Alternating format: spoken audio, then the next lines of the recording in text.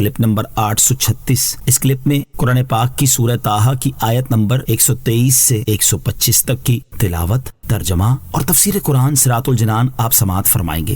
بسم اللہ الرحمن الرحیم۔ ترجمہ، اللہ کے نام سے شروع جو نہایت مہربان رحمت والا ہے۔ قال اهبطا منها جميعا بعضكم لبعض عدو فإما يأتينكم مني هدى فمن اتبع هداي فلا يضل ولا يشقى۔ ترجمہ، اللہ نے فرمایا تم دونوں اکٹھے جنت سے اتر جاؤ، تمہارے بعض کے دشمن ہوں گے، پھر اے اولاد آدم اگر تمہارے پاس میری طرف سے کوئی ہدایت آئے تو جو میری ہدایت کی پیروی کرے گا تو وہ نہ گمراہ ہوگا اور نہ بدبخت ہوگا۔ قال اهبطا منها جميعا، فرمایا تم دونوں اکٹھے جنت سے اتر جاؤ۔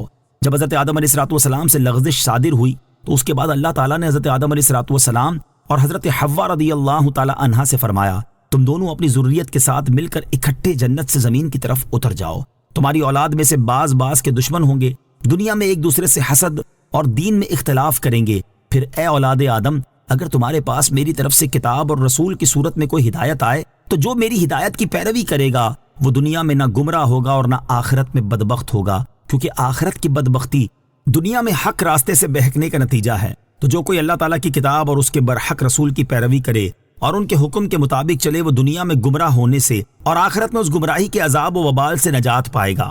ومن اعرض عن ذکری فإن له معیشة ضنکا ونحشره یوم القیامة اعمی قال رب لم حشرتنی اعمی وقد كنت بصیرا۔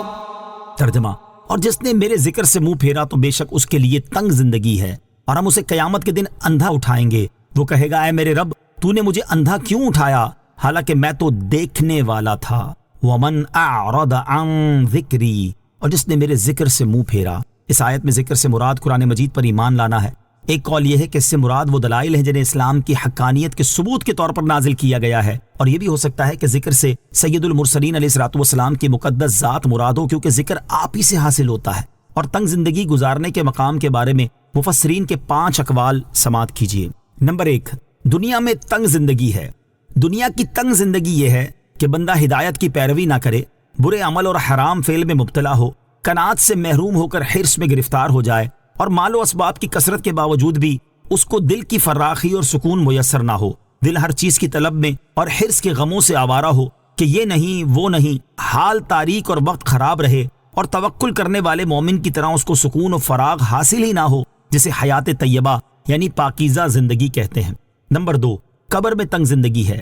قبر کی تنگ زندگی یہ ہے کہ قبر میں عذاب دیا جائے۔ حضرت عبداللہ ابن عباس رضی اللہ تعالیٰ عنہما نے فرمایا یہ آیت اسود بن عبد العزا مخزومی کے حق میں نازل ہوئی، اور قبر کی تنگ زندگی سے مراد قبر کا اس سختی سے دبانا ہے جس سے ایک طرف کی پسلیاں دوسری طرف آ جاتی ہیں۔ حضرت ابو ہریرہ رضی اللہ تعالیٰ عنہ سے روایت ہے، رسول اللہ صلی اللہ تعالیٰ علیہ وآلہ وسلم نے فرمایا کیا تم جانتے ہو کہ معاشیت دنک کیا ہے؟ صحابہ اکرام علیہم رضوان نے عرض کی کہ اللہ تعالیٰ اور اس کا رسول علیہ السلام ہی زیادہ جانتے ہیں۔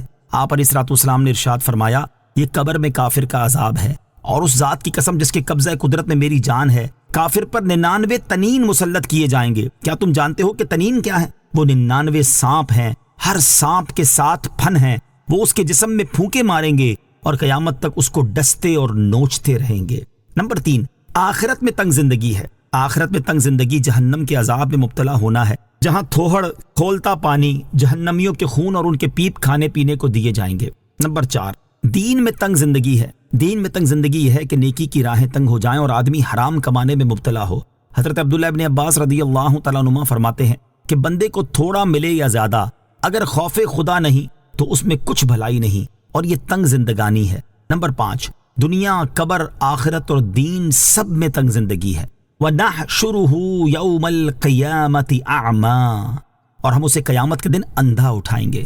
آیت کے اس حصے اور اس کے بعد والی آیت میں ارشاد فرمایا کہ ہم اپنے ذکر سے اعراض کرنے والے کو قیامت کے دن اندھا اٹھائیں گے اور اس وقت وہ کہے گا اے میرے رب عز و جل تو نے مجھے اندھا کیوں اٹھایا حالانکہ میں تو دنیا میں دیکھنے والا تھا۔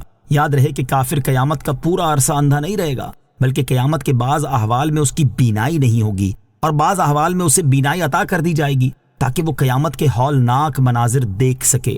صلو علی الحبیب صلی اللہ تعالی علی محمد صلی اللہ تعالی علیہ وسلم۔ مجھے اپنی اور ساری دنیا کی لوگوں کی اصلاح کی کوشش کرنی ہے انشاءاللہ عز و جل۔